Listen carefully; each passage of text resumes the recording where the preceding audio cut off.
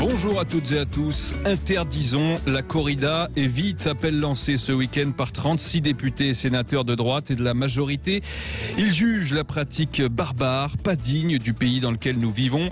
Alors dites-nous, vous, ce que vous en pensez au 0826 300 300 et nous accueillons Marine, deux invités pour en débattre. Oui, deux invités avec nous aujourd'hui. Hélène Zagnier, députée LREM de la Moselle. Elle est l'une des signataires de la tribune publiée dans le JDD cette semaine. Interdisons la corrida et vite.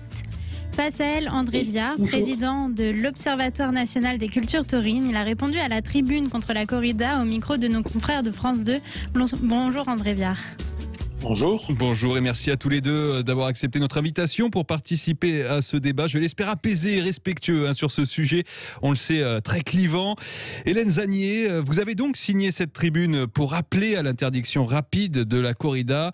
Elle fait notamment suite à la diffusion par la Fondation Brigitte Bardot d'images datant du 14 juillet d'une corrida près de Nîmes dans le Gard, au cours de laquelle plusieurs bovins, 2 veaux et 4 taureaux ont été mis à mort. Ce sont très clairement donc des images que vous ne voulez plus voir, Hélène Zagnier.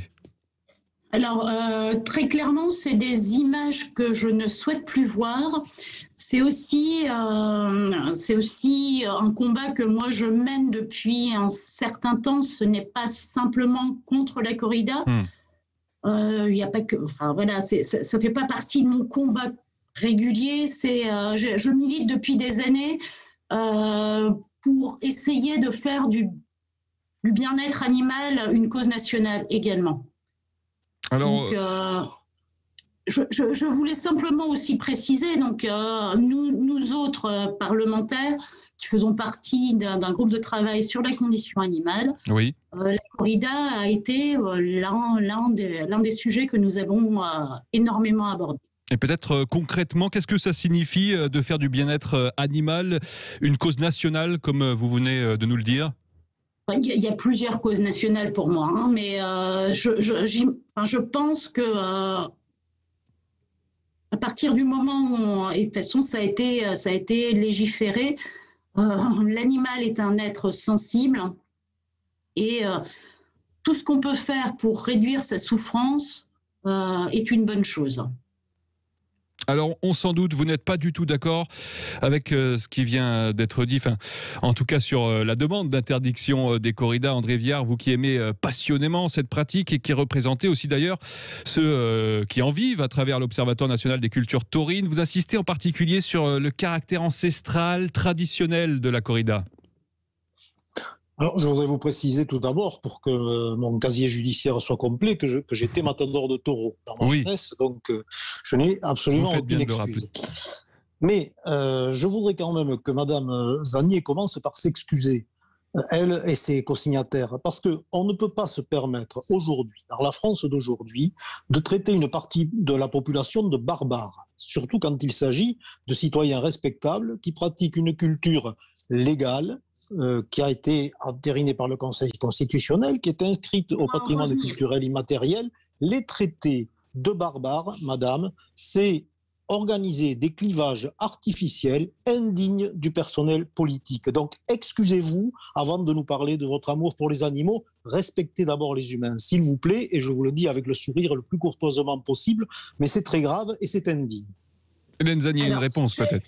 Oui, alors je ne vais pas revenir sur l'étymologie du terme. On ne va pas dire que c'est importé forcément d'Espagne, la tauromachie, mais alors peut-être que le terme barbare a été mal interprété, je veux bien le croire, et je vais rester très très courtois. Mais vous l'utilisez dans cette tribune tout de même. On l'utilise évidemment, mais c'est aussi le sentiment que peuvent avoir beaucoup de personnes. Et ça, j'espère que vous le comprendrez, Monsieur Viard. Mais barbarie, venant, alors je ne vais pas rentrer sur l'étymologie des termes, venant aussi... Si, rentrons-y, c'est intéressant. Le barbare, c'est l'étranger. Oui, on va parler entre... Le barbare, c'est l'étranger à la civilisation. Et donc, vous accusez une grande partie des populations du Sud, vous qui êtes de Moselle, d'être étrangers à la civilisation française. C'est un propos xénophobe, madame. Vous n'en avez peut-être pas conscience. Moi, je vous fais le crédit de penser que vous avez été entraîné là-dedans par 3 ou 4 députés qui ont leur niche leur niche clientéliste dans la question animale. Je vous fais le crédit de votre bonne foi, mais madame, vous avez tenu des propos xénophobes, comprenez-le, admettez-le, excusez-vous-en. Alors déjà, je vais dire, je ne me suis pas laissée du tout entraîner puisque c'est quelque chose qui me tient à cœur depuis des dizaines d'années, bien avant que je sois élue. Je veux bien vous concéder le fait qu'on aurait pu mettre autre chose que le terme barbare, vu l'étymologie du terme, qui peut prêter à confusion. Voilà. Alors peut-être André Viard, pour revenir pour revenir au caractère traditionnel que vous mettez en avant, c'est vraiment une culture ancrée dans des territoires, une culture ancestrale, c'est ce que vous nous dites. C'est ce que disent toutes les études historiques qui existent sur la tauromachie au sens large. C'est-à-dire que vous trouvez les premières références de combat des taureaux, de jeux taurins, on les situe au Moyen-Âge. Parce qu'avant, il n'y a pas vraiment d'archives et parce que, évidemment, les archives qui pouvaient exister à l'époque romaine dans les amphithéâtres n'ont pas été préservées. Depuis le Moyen-Âge, dans tout le Sud, on combat le taureau. Pourquoi dans tout le Sud et plus chez vous, madame? En Moselle, Charlemagne chassait le taureau en Moselle au IXe siècle. J'allais revenir aux peintures rupestres. Vous voyez, monsieur Viard, moi j'allais bien avant vous. Je peux vous en parler parce que je les ai étudiés. Et donc, on chassait le taureau, on combattait le taureau, tout ceci est parfaitement documenté, ça a évolué. Pourquoi dans le Sud et plus dans le reste de la France? Tout simplement parce que le taureau n'est pas un animal qu'on a fabriqué pour faire de la corrida ou d'autres jeux taurins. C'est un animal qui a préservé son caractère sauvage originel, le roc, qu'on combattait déjà en Mésopotamie, les pharaons, tout le monde. Il l'a conservé dans 2 régions du Sud, le delta du Rhône et le littoral méditerranéen et le bassin de l'Adour. Voilà. C'est parce qu'il y avait ces 2 races, la race marine et la race camargue, agressives, qui existaient toujours, que les jeux se sont perpétués, se sont développés. Donc on ne peut pas parler de culture importée. Depuis le XIe, XIIe siècle, ces fêtes taurines sont documentées. Hélène Zanier, peut-être pour répondre à André Viard, qui on l'entend, vous dit qu'effectivement en Moselle où vous êtes élu, c'est pas forcément une tradition très ancrée, la corrida. Non, clairement, je peux vous le dire. Après, on a d'autres traditions ancrées qui ne sont pas les mêmes que les vôtres, auxquelles je suis très attachée. D'autres traditions qu'on a abandonnées au fur et à mesure parce qu'elles ne correspondaient plus non plus à l'état d'esprit. Et puis, mais est-ce que vous comprenez que la corrida, c'est une tradition auquel certains Français sont profondément attachés? Tout à fait. Et puis moi j'allais vous dire, monsieur Viard, effectivement, c'est déjà la tradition, elle est plus qu'au niveau de l'Antiquité. C'est les peintures rupestres, c'est effectivement les jeux du cirque. Ça a été, si j'ai bien compris, en Espagne. Avant, c'était les premières. Je parle à un spécialiste, donc j'ai un peu peur de me tromper, mais c'était au niveau espagnol, ça a été au début les nobles qui avaient cette tradition de montrer qu'ils combattaient le taureau.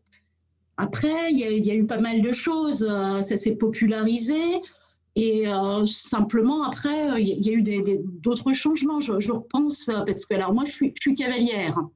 J'ai eu l'occasion de travailler, je suis petite cavalière. J'ai eu l'occasion de suivre des associations qui m'ont montré un peu le travail, ce qui était chevalin au niveau des corridas. Je sais que depuis 1928, avant, il y avait eu trop de chevaux éventrés. Donc, à partir de 1928, on a décidé de protéger les chevaux. Donc, tout ce que je voulais vous dire, c'est que j'ai bien conscience que c'est une tradition, mais cette tradition, elle a déjà évolué aussi. Vous êtes d'accord avec moi? Mais elle est tout à fait. Elle est partie. Maintenant, on a quand même évolué. Enfin, Alors, André Viard. Madame, c'est pas vous, depuis la Moselle, qui allez nous faire des camps de rééducation pour nous apprendre ce que doit devenir notre culture. Excusez-moi, Paul Pot l'a fait. Pol Pot l'a fait, on a vu comment il a fini. Donc ne prenez pas cette démarche-là. Nous vivons dans une démocratie, toutes les cultures sont respectables. La France a ratifié les conventions de l'UNESCO pour la multiplicité et la diversité des cultures, et ces conventions protègent notre culture comme les vôtres, que je ne connais pas, et il ne me viendrait pas à l'idée de vouloir vous les interdire. Voilà, c'est la différence peut-être entre vous et moi.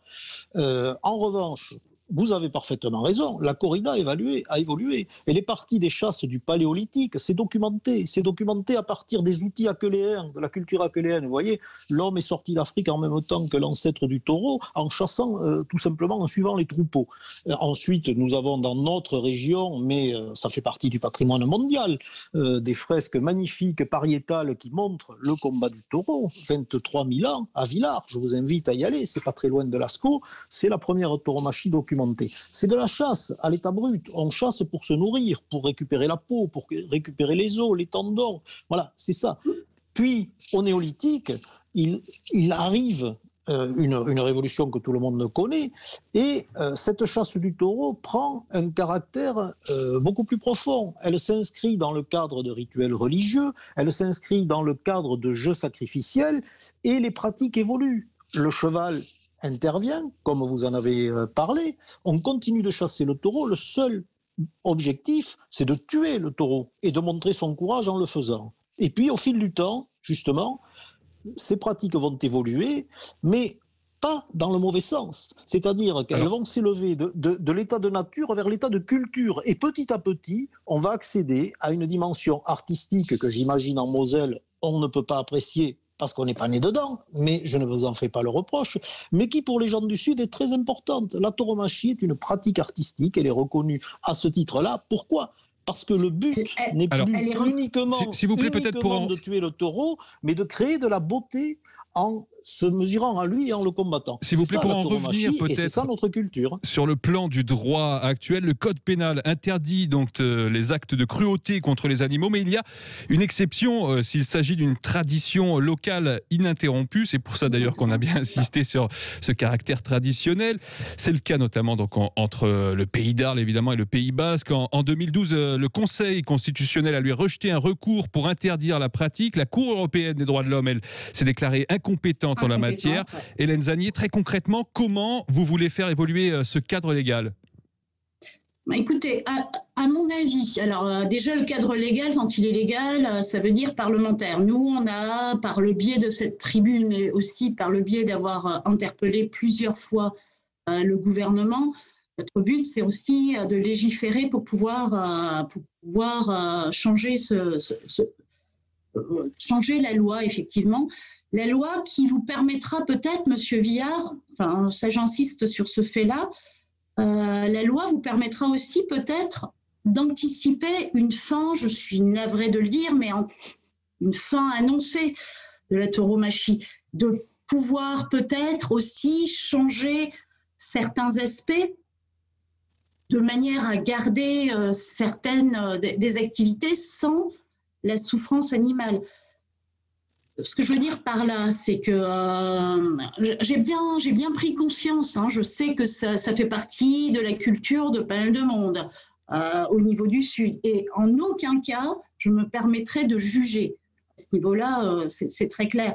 Oui, juste d'interdire. Économiquement, vous ne pourrez pas dire que tout va bien actuellement. Si la PAC arrêtait de financer un petit peu aussi l'élevage, si tout le reste...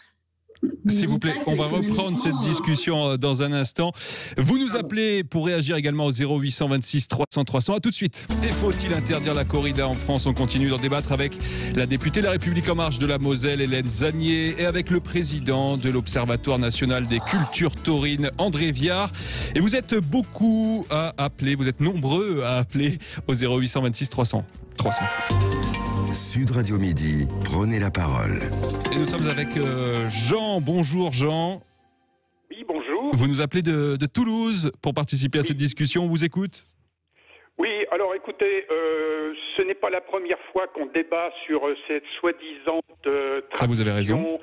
De faire jouir une population sur la torture d'un animal, parce que je crois qu'il n'y a pas d'autre mot. Hein, c'est la jouissance de la torture d'un animal sous prétexte de tradition.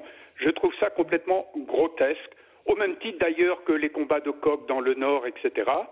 Et moi, sous prétexte de tradition, pourquoi on ne remettrait pas aussi les combats de gladiateurs avec mise à mort, puisque cette personne qui défend les combats de taureaux remonte à l'Antéchrist, on peut remettre aussi les combats de gladiateurs, pourquoi pas?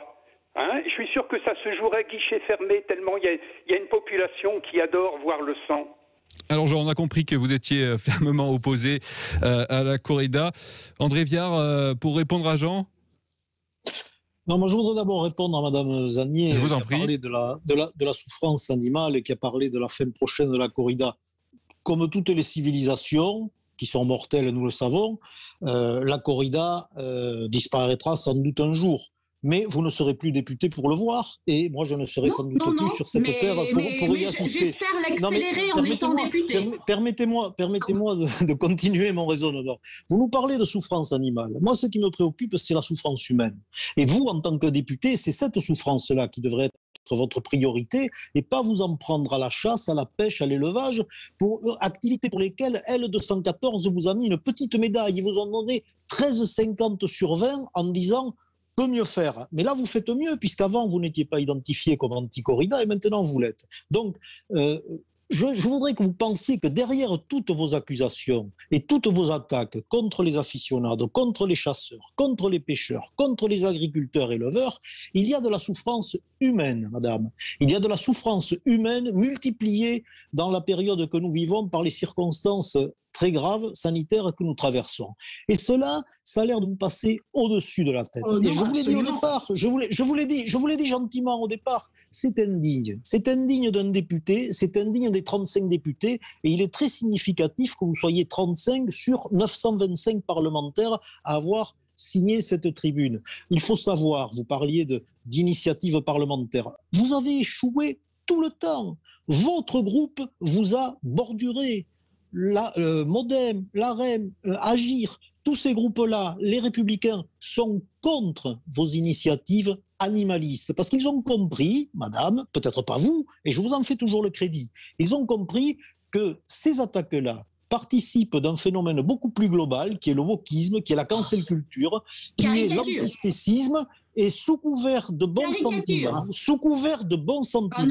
vous avez d'autres objectifs que de fomenter des clivages artificiels à l'intérieur de la société. Aujourd'hui, madame, nous avons besoin de faire nation. Nous n'avons pas besoin de politiques comme vous qui seulement veulent fomenter la haine pour essayer d'exister, de prendre un petit peu de lumière. Alors, sur le fond, pour que nos auditeurs comprennent bien ce mouvement woke que vous évoquez, qui est né sur des campus américains dans les années 2010, qui reflète un état d'esprit militant pour la protection des minorités, concept qui s'est par la suite popularisé sur les réseaux sociaux et étendu à d'autres causes, donc le racisme, le sexisme, l'environnement et la maltraitance animale. Vous réfutez appartenir à ce mouvement, Hélène Zanier ? Ah bah complètement. Non mais alors là, je suis désolée, mais ça commence un petit peu à m'agacer. Ça devient de la caricature, c'est-à-dire qu'à chaque fois, et en même temps, je vais abonder aussi dans le sens de l'auditeur qui a parlé tout à l'heure. Alors à partir du moment, dites-moi, à partir du moment où on essaye d'œuvrer pour le bien-être animal, on est antispécie, à savoir donc on accorde tous la même valeur du mollusque à l'humain. Mais dans ce cas-là, monsieur, et puis vous le dites aussi, les éleveurs de taureaux, les éleveurs de bovins, moi je ne connais pas un seul éleveur qui ne soit pas soucieux du bien-être animal. On est soucieux du bien-être animal, on est antispécie, c'est ça? C'est ça que vous êtes en train de dire. Parce que moi, tout ce que je fais, c'est simplement essayer de concilier l'économie, d'essayer de concilier. Mais alors ça, c'est une de mes priorités. Et je me soucie tout autant. Ça, vous ne pourrez jamais me faire le procès. L'un de mes premiers postes, ça a été responsable d'un comité, d'un comité d'action sociale. J'ai toujours œuvré pour le bien-être de tout le monde. Et on ne peut pas dire, à partir du moment où on dit « Oh ben tiens, elle aime bien les animaux, elle n'aime pas les humains », c'est quoi ça? Est-ce que c'est pas de la caricature? Est-ce que c'est pas de la caricature, monsieur Viard? Alors, la caricature... Moi, alors, je vais vous dire, je suis anti-chasse à courre, très clairement. Très clairement, je suis anti-chasse à courre. Par contre, anti-chasse traditionnelle aussi, il paraît. Et je suis pour la chasse parce qu'il y a des moments où il faut savoir réguler les espèces. Vous voyez, on peut aussi concilier les deux. Je suis désolée, là, je m'énerve un petit peu, mais ce débat-là, où on nous met dans une case simplement parce qu'on dit ça devient un peu ridicule. Je suis navrée. Si vous avez que ça comme argument, je suis désolée. Hélène Zannier, vous dites aussi que l'interdiction de la corrida est soutenue par la majorité des Français. On a un sondage qui date du début de l'année, un sondage IFOP pour la Fondation 30 millions d'amis, qui dit que 75% des Français souhaitent l'interdiction de la corrida. Vous n'êtes pas convaincu par cette étude, j'imagine, André Viard ? Ça voudrait dire que 25 millions de Français sont pour la corrida, ce qui serait quand même formidable si tous venaient aux arènes.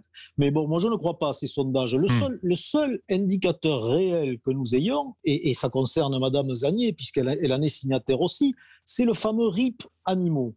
Voilà. Oui. Le RIP Animaux était une initiative lancée avec des fonds considérables, avec l'appui de tous les grands groupes médiatiques, avec une poignée de people qui se sont lancés dans la bataille et une poignée de députés aussi, toujours les mêmes, hein, ils sont dans vos signataires. Bon, pour dire, il faut un référendum d'initiative partagée pour solutionner enfin tous les problèmes des animaux.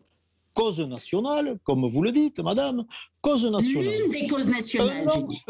Un an plus tard, vous avez recueilli même pas 15% des signatures nécessaires pour que ce référendum soit organisé. Cela représente à peu près 1% des Français. Alors, on est loin des sondages, 80% sont contre la chasse, 75% sont contre la corrida. Non, 1% ont adhéré à votre démarche de RIP Animaux. Ça, c'est la réalité. Le reste, madame, c'est de la communication. C'est de la communication à laquelle nous sommes totalement imperméables parce que nous savons d'où elle venons, nous savons par qui elle est organisée et nous savons quels sont ses objectifs réels. Alors, moi, je vous dis, je ne mets toujours pas en doute votre bonne foi, même si vous dérapez un peu de temps en temps, mais bon, je vous fais crédit. Mais en revanche, je ne fais pas crédit aux gens qui sont derrière vous, parce qu'eux ont des intentions beaucoup plus perverses. Et je regrette d'ailleurs qu'on vous ait envoyé à la dernière minute à la place de M.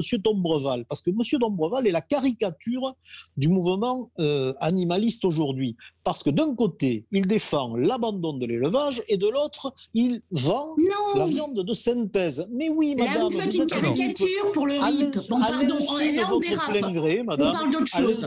Alors, si vous parlez tous les deux, on vous entend pas c'est pas du tout clair pour nos auditeurs. Hélène Zannier, peut-être, si vous pouvez répondre. À l'insu de votre plein gré, vous êtes complice de cette dérive-là. Et c'est pour ça que vous participez à tout ce que j'ai dit, le wokisme, la cancel culture, l'antispécisme, qui est manipulé derrière par des intérêts financiers. Et c'est dommage que M. Dombreval n'ait pas eu le courage de venir ce matin.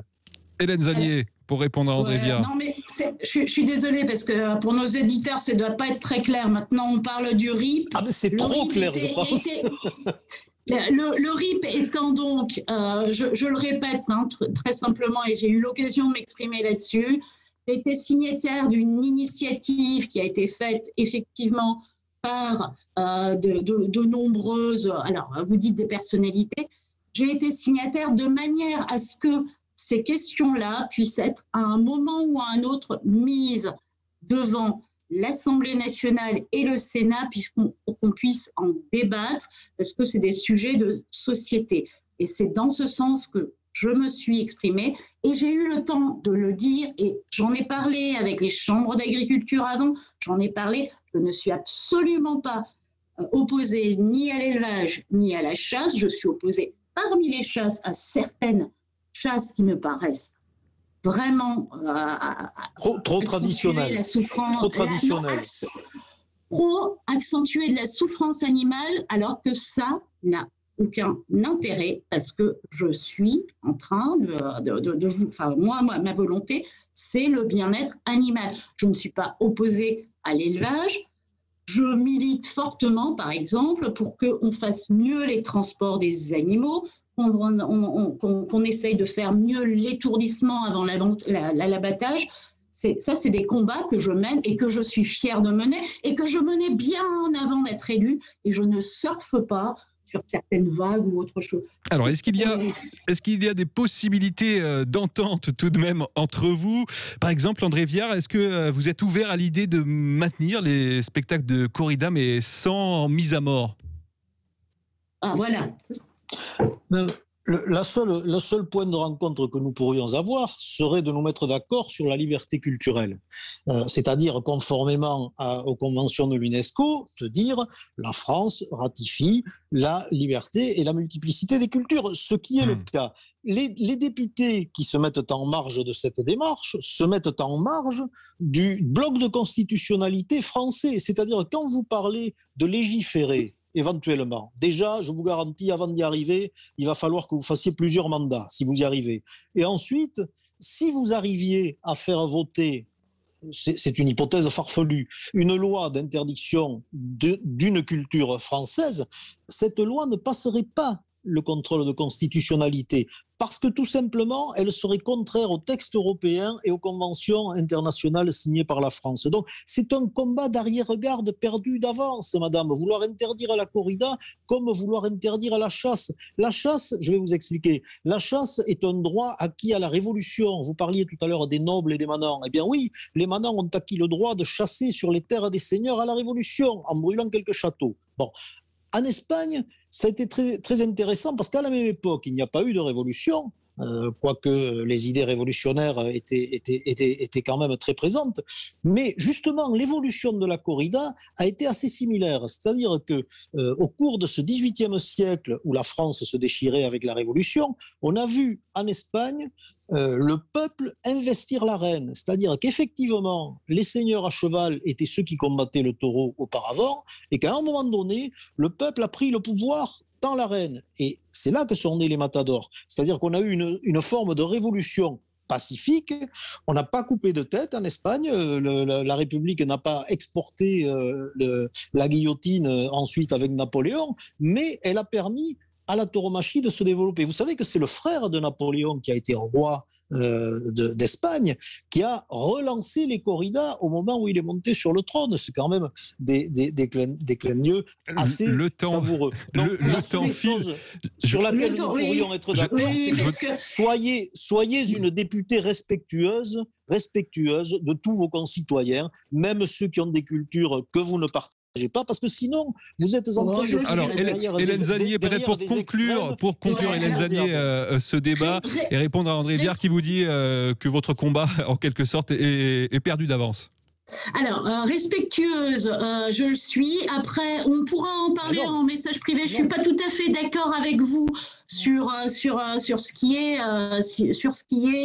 votre interprétation de la Constitution, de ce qu'avait pu être la décision de 2011. Par contre, moi, j'aurais bien aimé vous entendre parler, parce que ça, on me le dit souvent, le taureau ne souffre pas, il a de l'adrénaline dedans, donc il est élevé pour ça, c'est dans ses gènes. Ça, j'aurais bien aimé pouvoir en parler avec vous, parce que je pense qu'on n'aurait pas du tout eu les mêmes arguments, et ça, j'ai beaucoup... Eh bien, écoutez, vous allez peut-être poursuivre cette discussion. Nous n'ayons pas les mêmes arguments, parce que j'ai un vécu, vous en avez un autre. Moi, j'ai combattu des taureaux, je les ai vus de près, et je sais ce qu'ils ressentent ou ce qu'ils ne ressentent pas. Allez, vous allez poursuivre cette discussion, probablement hors antenne. En tout cas, on aura peut-être créé un dialogue dans le 12-13 sur Sud Radio. Merci d'être avec nous.